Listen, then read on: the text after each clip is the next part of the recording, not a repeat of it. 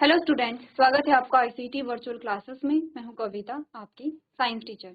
उम्मीद करती हूं आप सभी अच्छे होंगे और स्वस्थ होंगे। क्लास कंटिन्यू करेंगे अपना चैप्टर जिसमें हम बात कर रहे हैं टिश्यू के बारे में, यानी कि ऊतकों के बारे में। टिश्यू में हमने स्टार्ट किया है एनिमल टिश्यू, और एनिमल टिश्यू में फर्स्ट टाइप आपने पढ़ लिया है, दैट इज एपिथेलियल टिश्यू। तो प्रीवियस जो आपके टॉपिक हैं, जैसे प्लांट टिश्यू में जितने भी टॉपिक्स आते हैं वो आप लोग रिवाइज करते रहेंगे, ठीक है। चलिए, आपने कहा एपिथेलियल टिश्यू हमारे पास आया है जिसमें आपने squamous, cuboidal, columnar, ciliated and glandular, आपने हर टाइप के टिश्यू के बारे में यहाँ पे बात की है। एक टेबल हमने यहाँ पे देखी है जिसमें आपने इनके स्ट्रक्चर और ये कहाँ इनकी लोकेशन है ये आपने देखा। इसी के साथ आपने इनके फंक्शंस भी देखे हैं। हमने स्टार्ट कर लिया था कनेक्टिव टिश्यू, और जैसे कनेक्टिव टिश्यू का नाम ही है संयोजी ऊतक, इनका जो काम है वो संयोजन में होता है, ठीक है। अलग अलग फंक्शन इनके होते हैं, अलग अलग प्रकार के होते हैं। हमने कहा कि जो कनेक्टिव टिश्यू है वो मैट्रिक्स में पाए जाते हैं। अकॉर्डिंग टू मैट्रिक्स इनका नेचर यहाँ पर क्या होता है, वेरी होता है। जैसे कि आपने बोला अगर मैट्रिक्स डेंस है तो डेंस होंगे, रिजिड है तो ये कठोर होंगे, फ्लूइड है तो ये तरल होंगे, और जेली लाइक है तो आपने कहा उसी प्रकार के आपको टिश्यू देखने को मिलेंगे। सबसे पहला जो कनेक्टिव टिश्यू हमारे पास आता है दैट इज ब्लड, ठीक है। और ब्लड के बारे में हमने क्या बात की है कि जो ब्लड है वो दो चीजों से मिलकर के बनता है, जिसमें हमने कहा जो ब्लड है वो है प्लाज्मा और ब्लड सेल्स, ठीक है। प्लाज्मा जो है वो यहाँ पर 55% ऑलमोस्ट आप लगा लीजिए ब्लड का, एंड रेस्ट जो 40 to 45% है वो यहाँ पे ब्लड सेल्स होती हैं, ठीक है। जिनमें से हमने आरबीसी के बारे में सबसे पहले बात की है। आपने कहा जो यहाँ पे आरबीसी होती है, जो आरबीसी होती है उनमें होता है हीमोग्लोबिन। हीमोग्लोबिन का फंक्शन है कि ये क्या करेगा, जो गैसेस है उनका ट्रांसपोर्ट करेगा, ऑक्सीजन एंड कार्बन डाइऑक्साइड दोनों का ही ट्रांसपोर्ट करता है। अगर हम कहें कि मेजर जो इसका फंक्शन है वो ऑक्सीजन का कंडक्शन करना है, ऑक्सीजन का ट्रांसपोर्ट करना होता है, ठीक है। दूसरा हमारे पास डब्ल्यूबीसी आता है, जिसमें हमने कहा कि ये क्या होते हैं, जो डब्ल्यूबीसी है ये व्हाइट ब्लड सेल्स होती हैं। इनका जो फंक्शन होता है वो इम्यून सेल्स का इंपॉर्टेंट पार्ट बनाते हैं। एंड प्लेटलेट्स आप समझते हैं कि क्या होंगे। यहाँ पर आपने कहा कि जो प्लेटलेट्स होती हैं वो जब इंजरी होती है तो ब्लड क्लॉटिंग या रक्त का थक्का जमने में सहायक होती है, ठीक है। इतनी बातें हम कर चुके थे। अब आते हैं लिम्फ पे कि लिम्फ क्या होता है। लिम्फ का जो फॉर्मेशन होता है वो ब्लड से ही होता है, लेकिन ब्लड और लिम्फ में क्या वेरिएशन है यहाँ पर आप लोगों को समझ में आएगा। हमने कहा लिम्फ क्या है, colourless. Lymph is colourless fluid. अब आपने कहा अगर ये कलरलेस है तो ब्लड कैसा था, कलरफुल था, रेड कलर का था, क्योंकि उसमें क्या पाया जा रहा था, हीमोग्लोबिन पाया जा रहा था। तो इस बात से आप इतना समझे कि आपने कहा यहाँ पर जो लिम्फ है, लिम्फ कैसा है, कलरफुल है, हीमोग्लोबिन तो यहाँ पे नहीं पाया जा रहा है। Lymph is a colorless fluid that carries white blood cells। इनमें WBC तो पाई जा रही हैं throughout the human body in lymphatic vessels। कहाँ ट्रैवल करते हैं, जैसे ब्लड वेसल्स में करता है तो lymph lymphatic vessels में ट्रैवल करता है। There are lymphoid organs present in the body that produce lymph and together form the lymphatic system। तो यहाँ पर एक पूरा क्या होता है, लिम्फ ऑर्गन है जो लिम्फेटिक सिस्टम का फॉर्मेशन करेंगे, ठीक है। Some of them are lymph nodes and tonsils. तो यहाँ पर आपको बता रखा है, आपने कहा कि ये आपके पास जो आ रही हैं ये है वेन्यूज यानी, और ये है आर्टरियोल, यानी कि ये है वेन और आर्टरीज हैं, ठीक है। इससे निकलने वाली जो आपको एक नेटवर्क जैसी संरचना दिखाई दे रही है ये है लिम्फेटिक वेसल्स, ठीक है, और यह है लिम्फेटिक कैपिलरीज। तो इस प्रकार से आपने कहा कि पूरा क्या हो रहा है, यहाँ पे लिम्फेटिक सिस्टम का फॉर्मेशन हो रहा है। तो हमने कहा लिम्फ या लसिका एक रंगहीन तरल पदार्थ है जो पूरे मानव शरीर में लसिका वाहिकाओं में सफेद कोशिकाओं को ले जाता है। शरीर में लिम्फॉइड अंग मौजूद होते हैं जो लिम्फ का उत्पादन करते हैं और साथ ही लसिका प्रणाली का निर्माण करते हैं। इनमें से कुछ लिम्फ नोड्स और टॉन्सिल्स होते हैं। अब हमने कहा कुछ और चीजें समझते हैं लिम्फ के बारे में। आपने कहा lymph is similar to blood except for a few differences. कुछ अंतरों को छोड़कर जो लसिका है वो ब्लड जैसा ही होता है, क्योंकि ब्लड से ही उसका फॉर्मेशन हो रहा है। तो डिफरेंसेस क्या क्या होते हैं, आपने कहा it contain only white blood cells, इसमें केवल श्वेत रक्त कणिकाएं पाई जाती हैं। दूसरा, it contain less amount of blood protein, इसमें प्रोटीन रक्त प्रोटीन क्या होता है, कम होता है। Calcium phosphorus but more glucose. इसमें क्या होता है, रक्त में प्रोटीन, कैल्शियम और फॉस्फोरस कम मात्रा में पाए जाते हैं, लेकिन ग्लूकोज अधिक मात्रा में पाए जाते हैं। ये कंपेयर कर रहे हैं आप ब्लड का लेंथ के साथ, ठीक है। नेक्स्ट हमने कहा it flows in one direction only, ये केवल एक ही दिशा में ट्रैवल करता है, ठीक है, क्लियर है। नेक्स्ट हमने कहा lymph move in the body through it's normal functions unlike blood which is pump by the heart. आपने कहा हृदय द्वारा पंप किए जाने वाले रक्त के विपरीत लसिका अपने सामान्य कार्य के माध्यम से शरीर में चलती है। हमने कहा ब्लड को मूव करने के लिए हार्ट को उसे पंप करना पड़ता है, जबकि यहाँ पर लसिका के साथ ऐसा नहीं होता है। ये जो डिफरेंसेस हैं इंपॉर्टेंट है, आते हैं आपके पास, एक बार आप लोग नोट कर लेंगे।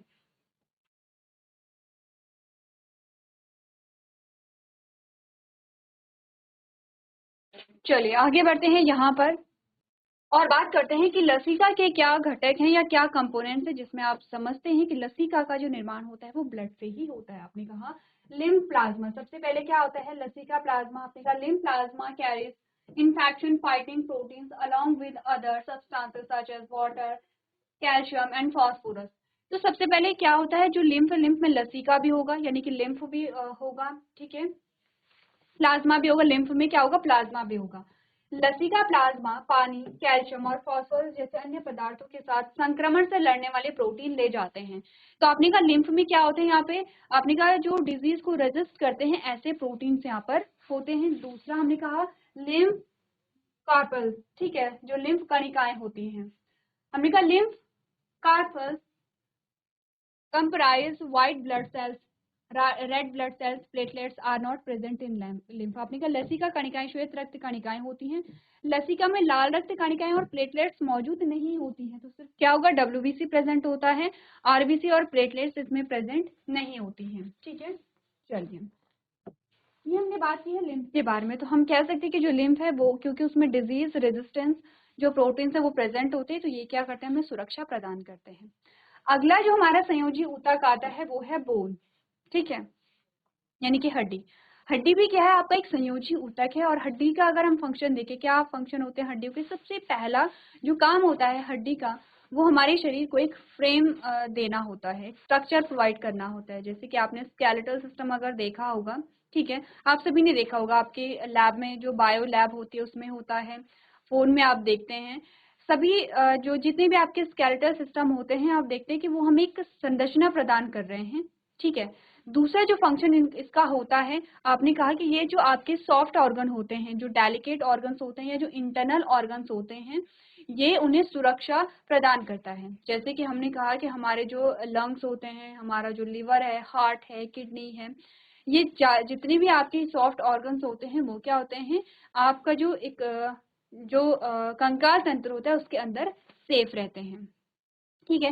तीसरा जो फंक्शन यहाँ पे बोन्स का होता है, हमने कहा मूवमेंट में होता है। जैसे जब आप मसल्स के बारे में बात करेंगे तो हम कहते हैं कि जो मसल्स होती हैं उनमें कॉन्ट्रैक्शन और रिलैक्सेशन होता है, यानी कि वो सिकुड़ती हैं और वो रिलैक्स होती हैं, वो एक्सपेंड होती हैं। तो क्योंकि मसल्स यहाँ पे कॉन्ट्रैक्ट और रिलैक्स हो रही हैं और ये मसल्स हड्डियों से जुड़ी हुई हैं, जैसे कि मैंने कहा मेरा ये हाथ है, मैं इस हाथ को इस प्रकार से फोल्ड कर पा रही हूँ, कैसे, क्योंकि यहाँ पे जो मसल्स हैं ये मसल्स जुड़ी हुई हैं इस बोन से। इस मसल्स में कॉन्ट्रैक्शन जब होगा तो ये क्या करे, इस मसल्स में जब कॉन्ट्रैक्शन होगा तो ये क्या करेगी, इस हड्डी को ऊपर की ओर खींचेंगी। देखिए ये एक हड्डी ये है, एक हड्डी ये है, इन दोनों हड्डियों को जो यहाँ पे क्या हो रहा है, यहाँ पे एक मसल्स जुड़ी होगी, ठीक है, जो दोनों से कनेक्टेड है। इस मसल्स में कॉन्ट्रैक्शन होगा, ठीक है, यहाँ पर क्या होगा, कॉन्ट्रैक्शन होगा, और जब कॉन्ट्रैक्शन होगा तो मसल्स सिकुड़ेगी। जब मसल्स सिकुड़ती है, मसल्स छोटी होती है, तो मसल्स इस प्रकार से हड्डी को ऊपर की ओर खींचेगी। तो हमने कहा क्योंकि यहाँ पे हड्डी जो है, हड्डी में आपके जॉइंट्स पाए जाते हैं, आपने अलग अलग जॉइंट्स पढ़े थे, ठीक है, छोटी क्लासेस में आपने अलग अलग जॉइंट्स पढ़े थे, ball and socket socket joints यहाँ पर होते हैं, ठीक है, हिंज जॉइंट यहाँ पे होते हैं। तो अलग अलग प्रकार के जो जॉइंट है वहां पर आपको मूवमेंट देखने को मिल रही है। अब आप देखिए जहां भी आपकी बॉडी में जिस भी एरिया में मूवमेंट होती है वहां पे जॉइंट्स पाए जाते हैं। जैसे कि हाथ है, हाथ में मैंने कहा अगर मैं इसे मूव कर पा रही हूँ तो यहाँ पे जॉइंट है, यहाँ पे जॉइंट है, यहाँ पर आपकी जॉइंट है, ठीक है। आपके फिंगर्स में जॉइंट, आप क्या कर रहे हैं, फिंगर्स को मूव कर पा रहे हैं। तो आपके क्या है, जहां पर भी मूवमेंट आपको दिख रही है वहां पर बोन्स में जॉइंट होते हैं, और वो जो जॉइंट है वो यहाँ पे मूवमेंट के लिए रिस्पॉन्सिबल होते हैं। क्लियर है इतना। अब जो हड्डी है यहाँ पर हड्डियों से जुड़ी होती हैं आपकी मांसपेशियां, और इस प्रकार से पूरी बॉडी का यहाँ पे फॉर्मेशन होता है। तो पढ़ लेते हैं बोन्स के बारे में। आपने कहा सबसे पहले बोन्स की अगर हम मैट्रिक्स की बात करें तो बोन का मैट्रिक्स होता है हार्ड, इसीलिए आपको बोन हार्ड दिखाई देती है। जैसे कि ब्लड का मैट्रिक्स क्या था, प्लाज्मा था, तो बोन की मैट्रिक्स के बारे में बात कर लेते हैं। आपने कहा bones form the framework of the body over which the muscles are wrapped together. आपने कहा हड्डियां शरीर का एक ढांचा बनाती हैं जिसके ऊपर मांसपेशियां आपस में लिपटी हुई होती है और पूरे शरीर का निर्माण होता है। The bone tissue is strong and inflexible. हड्डी जो है वो एक मजबूत होता है और इसमें क्या होता है, इनफ्लेक्सिबल है, लचीला नहीं होता है, ठीक है, इनफ्लेक्सिबल कहा गया है। तो हड्डी लचीली नहीं होती है। आगे जाके आप बात करेंगे कार्टिलेज के बारे में। कार्टिलेज लचीला होता है, हड्डी लचीली नहीं होती। कभी देखा है किसी बोन को आपने इस प्रकार से किया, बैंड किया और फिर से वो अपनी पोजीशन में आ गई? नहीं। हड्डी क्या होती है, अगर बैंड किया जाए तो या तो टूटेगी या तो वो बैंड नहीं होगी, ठीक है।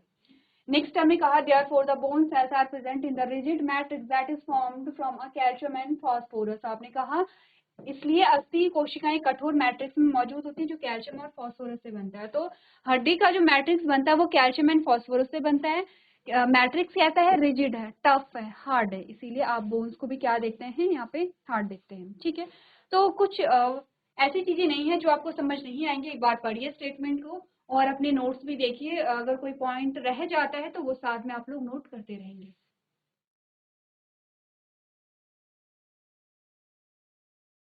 चलिए तो बोन्स के बारे में थोड़ा सा और समझते हैं।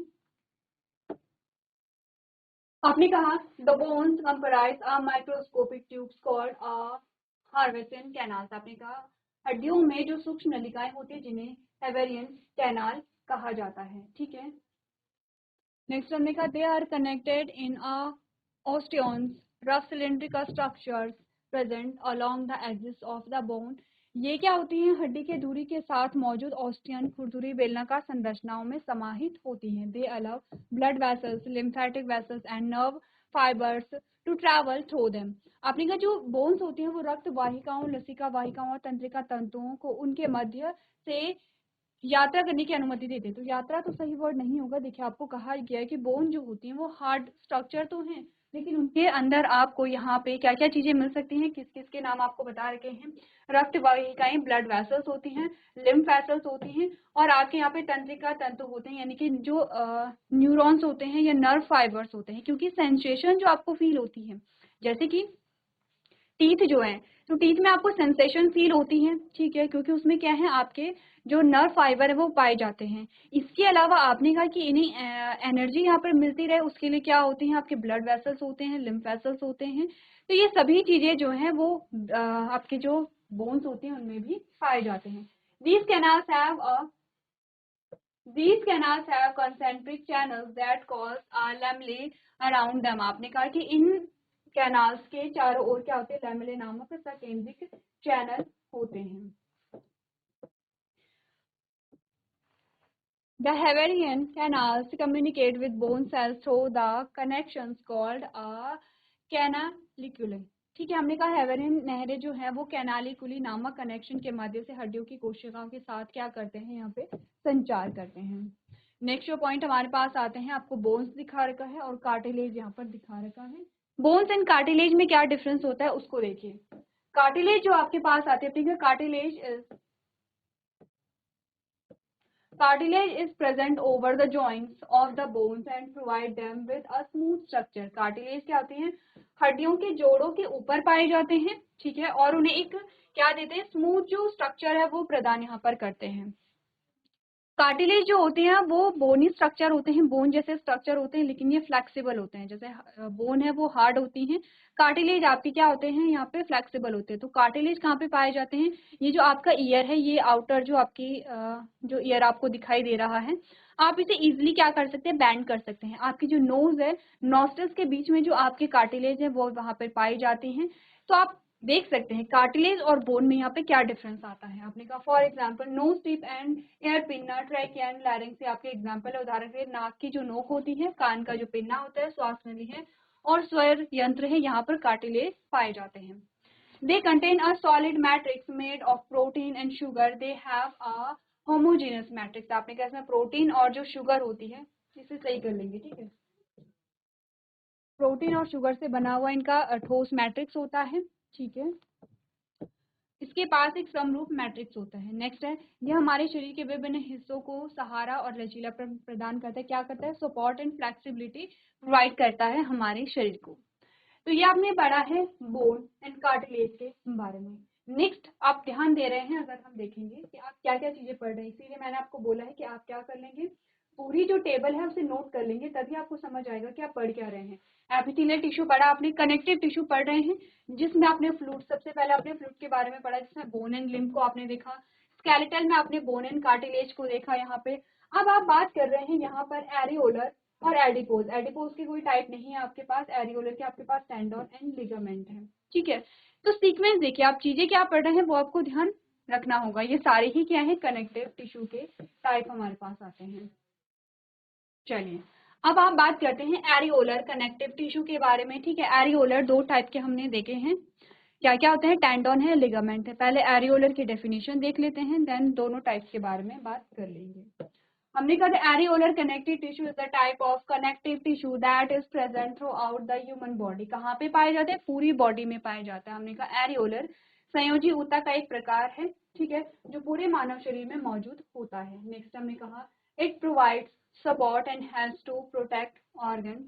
ये सहायता प्रदान करता है और अंगों मांसपेशियों को नए ऊतकों की रक्षा करने में मदद करता है। It also help to bind the skin together, provides a protective framework that keeps the major structure in place and offers support। आपने कहा ये त्वचा को एक साथ बांधने में मदद करता है, एक सुरक्षात्मक ढांचा प्रदान करता है जो प्रमुख संरचनाओं को यथास्थान रखता है और सहायता प्रदान करता है। कैसे करता है यह आप तब समझेंगे जब हम बात करेंगे यहाँ पर components of areolar connective tissue के बारे में, ठीक है। ये आपको एरियोलर टिश्यू दिखा रखे हैं, ठीक है, जिसमें आपने कहा माइक्रोफेज है, फाइब्रोब्लास्ट है, कोलेजन फाइबर्स है, मास्ट सेल है। ये आपको जो चीजें दिखा रखी हैं जैसे कि माइक्रोफेज है या मास्ट सेल है, ये आपके इम्यून सेल्स के नाम हैं, ठीक है। जब आप इम्यून सिस्टम पढ़ेंगे तब आप मास्ट सेल की फंक्शनिंग देखेंगे या मैक्रोफेजेस की आप फंक्शनिंग देखेंगे। ये क्या करते हैं, पैथोजन को आप कहेंगे खा जाते हैं या उन्हें क्या करते हैं, डिस्ट्रॉय करते हैं, ठीक है। जो भी पैथोजन या फिर जो भी फॉरेन सेल्स हमारी बॉडी में जब एंटर करती है तो इनकी क्या होती है, जो फंक्शनिंग है वो स्टार्ट हो जाती है। चलिए अब हम बात करते हैं कि टाइप की अगर हम बात करें या फिर हमने कहा components of the areolar connective tissue, क्या क्या कंपोनेंट्स इनके होते हैं। हमने कहा सेल्स होती हैं, फाइबर्स होते हैं। कौन कौन सी सेल्स होती हैं, फैट सेल्स होती हैं, ठीक है। एडिपोसिस जिसे आप कहते हैं, आपने कहा they are responsible for the secretion of lipid, ठीक है। एरियोलर टिश्यू क्या होते हैं, उनमें अलग अलग प्रकार के कंपोनेंट्स होते हैं, यानी कि अलग अलग प्रकार के घटक होते हैं। सबसे पहला हमने फैट सेल की बात की है जो क्या करते हैं, यहाँ पर लिपिड का सिक्रीशन करते हैं। फैट सेल को आप क्या कहते हैं, एडिपोसाइट्स कहते हैं। नेक्स्ट है फाइब्रोब्लास्ट, ये क्या करेंगे, they are present in the highest amount in areolar tissue. Areolar tissue में सबसे ज्यादा मात्रा में कौन से पाए जाते हैं, फाइब्रोब्लास्ट पाए जाते हैं। क्या फंक्शन है, they are responsible for the secretion of fibres, fibres का सिक्रीशन करेंगे। अब लिपिड का क्या फंक्शन है, फाइबर का क्या फंक्शन है, ये आपको देखना है।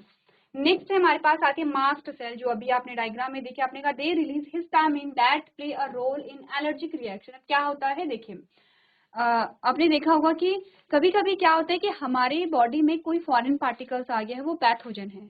मास्ट सेल क्या हो जाती है, एक्टिव हो जाती है, जो हिस्टामिन को क्या करती हैं, यहाँ पे रिलीज करने लगती हैं।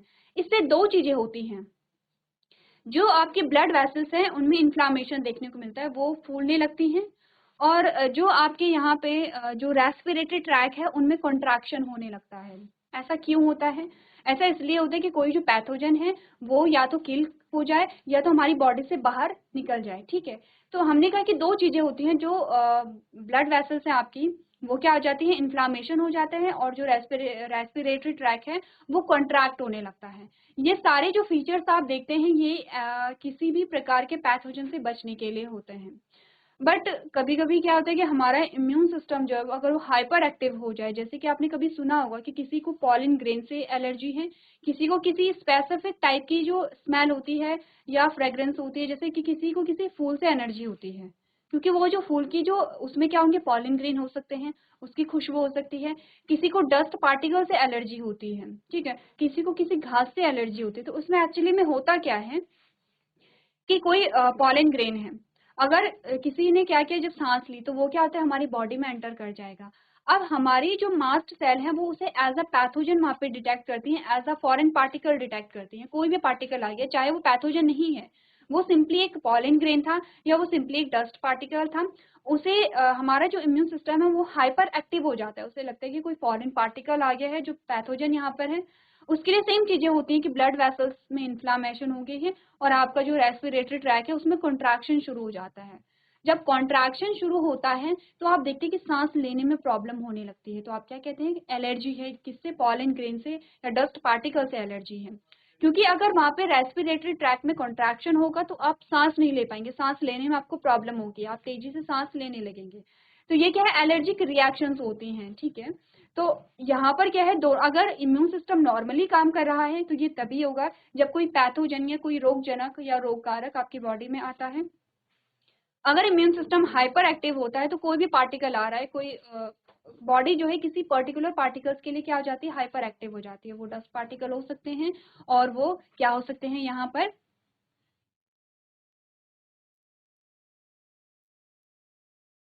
तो हमने क्या बात है कि हमने कहा दो चीजें होती हैं, या तो नॉर्मल कंडीशन है, नॉर्मल कंडीशन में एक पैथोजन के लिए ही ये फंक्शनिंग हो रही है। अगर किसी पर्टिकुलर पार्टिकल्स के लिए अगर जो इम्यून सिस्टम है वो हाइपर एक्टिव होता है तो कहा जाता है कि आप किसी पर्टिकुलर चीज के लिए क्या है, एलर्जिक है, यानी कि वो यहाँ पे पॉलन ग्रेन हो सकते हैं या वो डस्ट पार्टिकल हो सकते हैं। अब जैसे कि कुछ आपने लोग देखे होंगे कि जिसमें क्या आता है कि उनमें आपने देखा होगा कि जिसमें अस्थमा जिन्हें होता है, अस्थमा यानी कि उन्हें क्या होता है कि आपने कहा कि सांस वो बहुत तेजी, उन्हें स्ट्रगल करना पड़ता है सांस लेने में। तो उन्हें यहाँ पे स्पेशली कहा जाता है कि आप लोग किसी डस्ट पार्टिकल जहाँ पे बहुत धूल मिट्टी है वहां पे ना जाएं, स्मोकिंग ना की जाए, ठीक है, या जैसे कि जो पॉलन ग्रेन है, इस प्रकार की जो चीजें जहाँ बेसिकली धूल मिट्टी ना है वहां पर रहें। अगर धूल मिट्टी में रहते हैं तो सेम प्रोसेस उनकी बॉडी में होती है। और अगर यहाँ पर आपने कहा कि रेस्पिरेटरी ट्रैक में अगर कॉन्ट्रैक्शन होता है या ट्रैकिया में अगर कॉन्ट्रैक्शन होता है तो सांस लेने में और भी प्रॉब्लम हो सकती है। वो स्मोकिंग के थ्रू भी हो सकता है, वो डस्ट पार्टिकल हो सकते हैं या फिर वो कोई अदर जो पार्टिकल्स है वो हो सकते हैं, ठीक है। तो मास्ट सेल में हमने कहा कि ये हिस्टामिन रिलीज करते हैं और जो एलर्जिक रिएक्शन है उनमें क्या करते हैं, इंपॉर्टेंट रोल प्ले करते हैं, ठीक है। चलिए नेक्स्ट है मैक्रोफेजेस। अब ये मास्ट सेल है, मैक्रोफेजेस हैं, ये जो सारी चीजें हैं ये आपके इम्यून सिस्टम के ही पार्ट है। आपने कहा दे ईट एनी जर्म्स और infection cells in the body. जो मैक्रोफेजेस हैं ये एक्चुअली में खा जाती है, कोई भी पैथोजन है, कोई रोगजनक है, कोई जो संक्रामक कोई भी पार्टिकल है उन्हें क्या कर देते हैं, खा जाते हैं मैक्रोफेजेस। अब जब आप हायर क्लासेस में जाएंगे तब आप इनकी फंक्शनिंग पढ़ेंगे यहाँ पर, ठीक है। नेक्स्ट आती है plasma cells, they produced antibodies and other, जो हमारे पास सेल्स आती हैं अगेन वो फिर से आपके इम्यून सिस्टम का ही पार्ट बताती हैं। एंटीबॉडीज क्या कहा जाता है, हमने कहा कोई हमारी बॉडी में कोई भी एक फॉरेन पार्टिकल आ गया है, ये हमारी बॉडी है, कोई फॉरेन पार्टिकल्स यहाँ पर आ जाता है।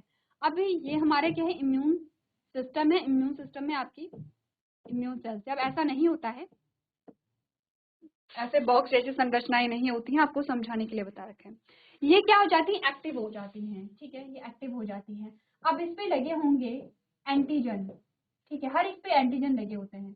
एंटीजन हमने कहा है कि क्या है, एज अ नेम प्लेट काम करेंगे आइडेंटिफाई करने के लिए, ठीक है। सब पे एंटीजन लगे होंगे, सब पे अपने एंटीजन होते हैं और सबके एंटीजन अलग होंगे। हमारी बॉडी में जो सेल्स हैं उन पे एंटीजन है और वो क्या होते हैं, वहां पर उन्हें पहचाना जाता है, रिकॉग्नाइज किया जाता है। जब इन सेल्स ने इस फॉरेन पार्टिकल्स को रिकॉग्नाइज किया तो इन्होंने पाया कि ये फॉरेन सेल है, क्योंकि इसके जो एंटीजन है वो अलग है, डिफरेंट है हमारी बॉडी से। तो इसे एज अ फॉरेन पार्टिकल यहाँ पे डिटेक्ट कर लिया गया है।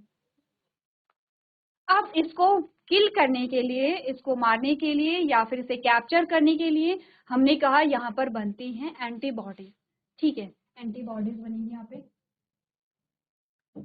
ठीक है, इसके लिए एंटीबॉडीज बनेंगी।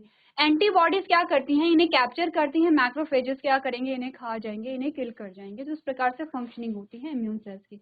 अब आप सोच सकते हैं कि जो एरियोलर टिश्यू वो कितना इंपॉर्टेंट है कि इसमें आपके इम्यून सेल्स भी पाए जा रहे हैं, ठीक है। नेक्स्ट हमने कहा कुछ सेल्स हमारे पास आती हैं, कौन कौन सी? फैट सेल्स हैं, फाइब्रोब्लास्ट है, मास्ट सेल है, मैक्रोफेजेस हैं एंड प्लाज्मा सेल्स हमारे पास आते हैं। नेक्स्ट हमारे पास आते हैं फाइबर।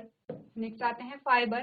फाइबर आपने कहा कोलेजन फाइबर है, इलास्टिन फाइबर्स है एंड ग्राउंड सब्सटेंसेस है। तो कोलेजन फाइबर में आपने कहा they provide tensile strength to the tissues, ठीक है, ये क्या करेंगे? टिश्यू को स्ट्रेंथ देंगे। जो फाइबर्स उसका फंक्शन है यहाँ पे स्ट्रेंथ देना। नेक्स्ट हमने कहा जो इलास्टिन फाइबर्स है they provide elasticity to the tissue, tissue को इलास्टिसिटी या लचीलापन प्रदान करना। दूसरा है ground substance, it is a fluid matrix that hold cells and fibres of the tissue. ये क्या होगा? मैट्रिक्स का यहाँ पे फॉर्मेशन करेगा। तो क्या क्या चीजें हमने समझी हैं? हमने कहा जो कोशिकाएं हैं वसा कोशिका है जो लिपिड का स्राव करेंगे, फाइब्रोब्लास्ट है जो यहाँ पे क्या करेंगे? फाइबर से तंतुओं का निर्माण करेंगे, मास्ट कोशिका है जो हिस्टामिन जारी करती हैं, जो एलर्जी प्रतिक्रियाओं में भूमिका निभाती हैं, मैक्रोफेजेस किसी भी रोगाणु या संक्रामक को खा जाते हैं, प्लाज्मा कोशिका एंटीबॉडी का फॉर्मेशन करते हैं।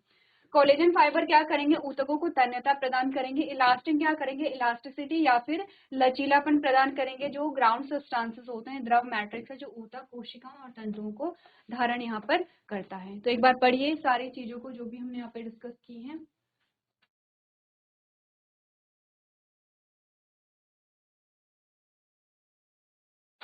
चलिए, तो आपने यहाँ पे चीजें रिवाइज कर ली होंगी।